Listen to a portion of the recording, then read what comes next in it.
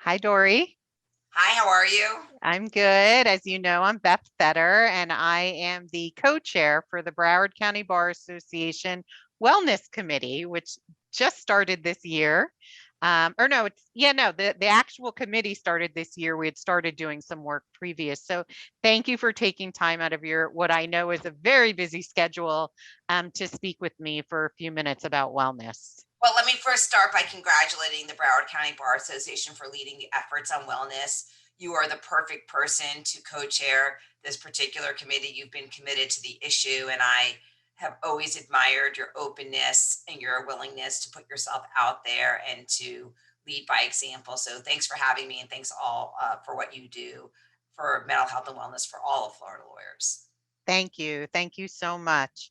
Yeah, I know you were at my installation for the Broward County Women Lawyers Association, which I guess I can share with everyone was the first time I really shared that my family was personally touched by this in losing my brother to suicide, and he was an attorney. So it really, I think before that, like so many attorneys, I probably heard about mental health and attorneys, but until it smacked me in the face, I didn't really think about it so much. And so I guess my first sort of question is, how do we get, I mean, I never want anyone to go through obviously what I went through.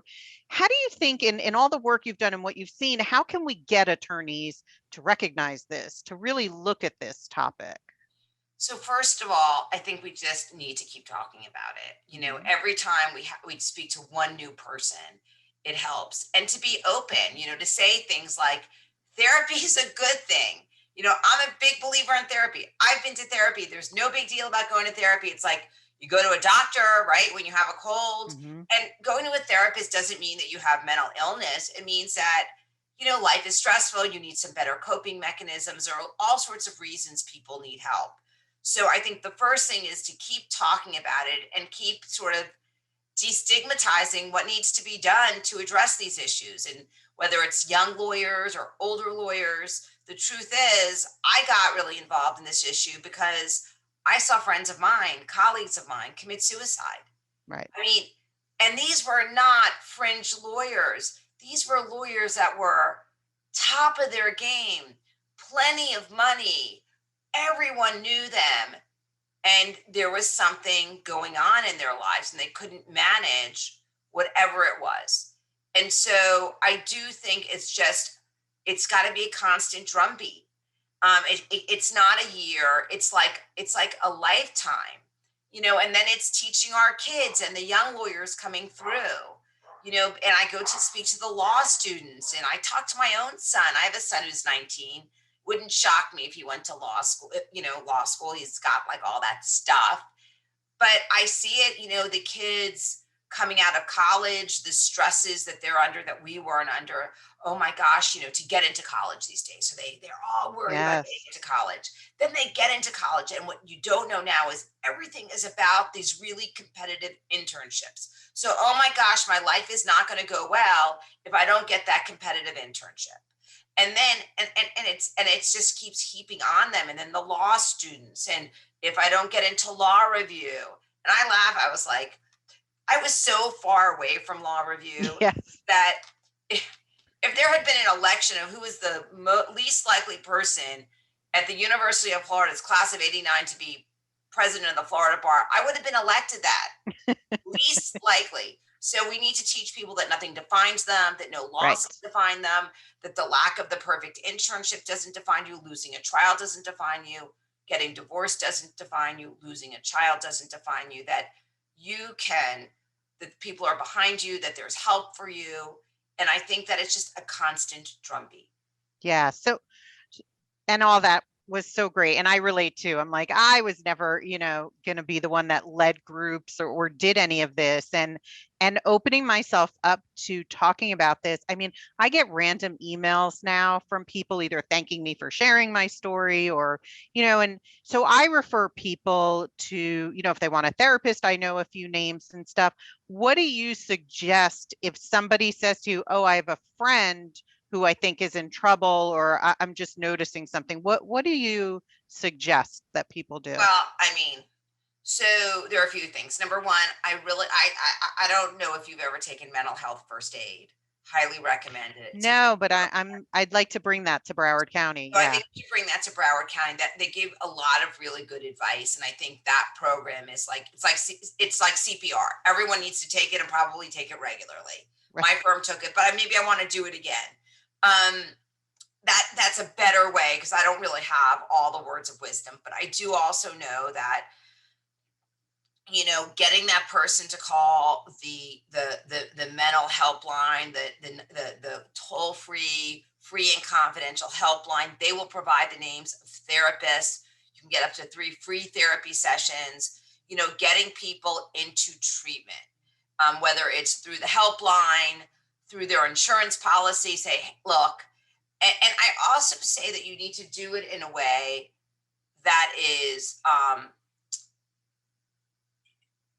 Not confrontational, right? exactly. So when you see someone in motion calendar acting like a lunatic, and now we see them on Zoom, Yeah. sometimes what I do is I send an email afterwards, like, you did not seem like you were doing well. I mean, I know this is a hotly contested case, but it seemed a little bit more than that. Is there anything I can help you with? Number one, people appreciate not being called out publicly, and Right. they appreciate your concern. So I've done that. I've done that on sexism issues where I'm like, do you know what you said to me?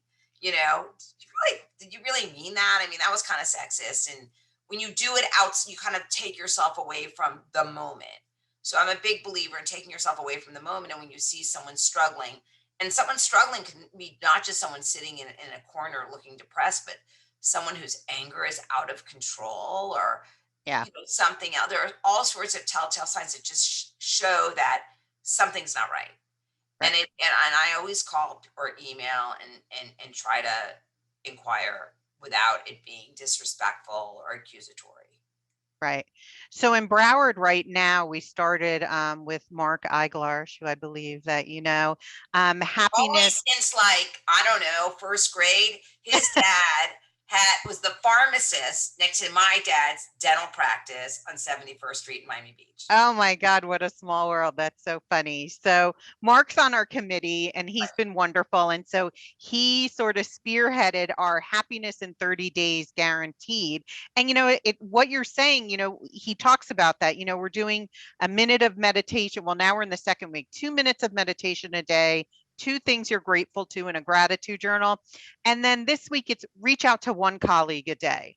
So I just started thinking back, and it's kind of akin to what you're saying, like, who has seemed a little off? I mean, let's talk about the elephant in the room, the pandemic. So in Oh, addition to all those things we discussed, this pandemic has just changed everything, I think, for everyone. So I think it is really important that we do reach out to those people maybe we're not hearing from as much. I reached out to one friend who I worked with years ago, and I just let her spill her guts about her 4-year-old twins, that she says she's happy they're still alive because, they're driving her crazy. Um, so look, the pandemic has been really difficult. It's been difficult on everyone. And lawyers who are already dealing with people having problems are dealing with clients who are already taxed, right? So, and then we're dealing with our own families, right? And my own law firms, I've got, 2 lawyers out with, some serious illnesses. Um, you know, but it's like you heap the normal, excuse the expression, shit right. in your life, and you heap the pandemic on it. It's very difficult. People have struggled, people are isolated, people are, it's been very difficult. So I would say that, losing the regularity of our life has created other stresses that have only made the need for us to focus on our mental health that much greater. Right. And I think, you and I both know there are simple things you can do, whether, an example you gave before we started recording, just physically stepping away from a situation to, just doing a minute, like Mark suggested, a minute of meditation. I mean, I've done it after lunch every day in my office. I put a note on the door, no one disturbs me. And it's like a reset button. And it's amazing how something so small, and I'm sure you can share, just stepping away can make the difference. Well, I mean, I have a stressful practice. I'm a family lawyer. Um, so there are often times that I'm in high conflict situations that I want to get in the mud, right? You want to react, and it's Right. just not going to make the situation better. So I oftentimes simply just say, all right, I'm walking out of the room now. I'll be back in a few minutes. Yeah. And, maybe I can get away with it, but I actually think people kind of appreciate it. They think it's funny, but it's like, okay, I'm back. It's all Yeah. good. And yeah, I mean, I think all of the things that you hear about that are so easy, like a gratitude journal, like Right. just, boy, wasn't that cup of coffee great today? Wasn't that a beautiful sunrise? I have this girlfriend who I walk with every morning, and we both have sons the same age. Her son is the same age as my son, but is a year behind him because he has an October birthday, and my son has a July birthday. So he just finished his freshman year. It was very stressful. He's a football player at Vanderbilt. It's a lot of The, pressure. the team didn't do well. The pandemic, he was constantly being exposed and having to quarantine. It affected his abilities. School's hard. My son, is at Chapel Hill. He's a writer, but the newspaper was kind of closed, so everything was virtual. You're very isolated. He's very social. We're dealing not just, with our stuff, we're dealing with everyone's stuff. Hmm. So if I go for a walk with my girlfriend and we wake up early, we're doing this at 6 a.m. Wow. If you do that, wow, you're starting off your day pretty good, right? You're kind of like talking about things and kind of like whatever. And I know a lot of people say, I don't need a therapist. I have good friends. I still think there's a difference between professional help and having friends that are supportive. I think both are important. I Yeah. think that's why the bars and the voluntary bars are so important. You come out of law school, it's hard to really make friends the way we did in college and law school. And you Correct. meet people through these groups. I mean, I think what the voluntary bars provide in terms of camaraderie and friendship are really helpful for people's mental health and wellness. I wish more people got involved. I understand the Florida bar is a big behemoth of an organization, but like the Broward bar, the specialty bars, women lawyers, those are all great ways to sort of find like-minded people that you can befriend and not feel isolated and alone like you're the only one going through this stuff. Right. Right. Definitely. I mean, I think we're here on the Broward County Bar Association. It's funny you said that. I moved down here more than 10 years after being an attorney in New York. And I was like, oh, so I didn't go to high school with anyone. I didn't go to college with anyone. I had some family, but that's not the same in your kind of professional life.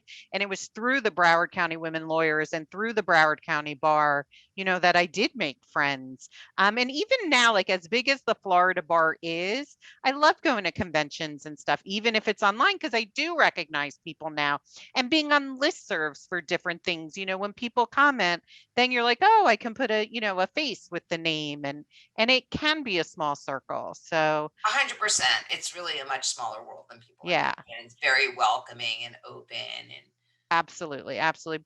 So I want to invite Braulio back in. Are you there? I hope he's recording. So Yes. I hope he's there. Oh, yeah. Um, I mean, Dori, I can't thank you enough for oh, taking time out of your day, and meeting with us. And just, I mean, even before you were president, I mean, you were walking the walk, talking the talk. And I admire you. You know how important this topic is to me, and to have you as our Florida Bar president has just been an incredible experience as a female attorney as well, of course. So well, thank you, it's a thank you. mutual admiration society. And of course, I couldn't end today without, thanking Braulio Of for course. bringing so many voluntary bars together this year, for really rising to the occasion. And when Zoom hit, your ability to corral so many different groups, I really appreciate it, because really the bar can't do it on its own. We view you Right. all, the voluntary bars, as an integral part of our bar programming. So thank you, Braulio, for always, really being there for our members and really reaching outside your boundaries this year. I think that was really terrific, and I haven't had a chance to publicly thank you for that. Thank you. I'm Awesome. humbled. Yes, and we are you. very happy he's ours, and we're keeping him here in Broward forever. Good for Thank you. you. You got a good one there. Well, thank you. Thank you for having me. And there is going to be a small, convention, and I welcome anyone who wants to come to come. I look forward to seeing you. And if not, I know that while I'll be ending my term, that, I'm young enough that I'm not riding into the sunset. I'll be around. I'll be continuing. You'll be to walking practice around well. Miami if I'll you be want to walking find around Dori. Who 6 knows? a.m. So anyhow, great to see you guys and great to talk with you, and have a great day. You too. Thanks, Dori. You too, Bye. Dori. Thanks.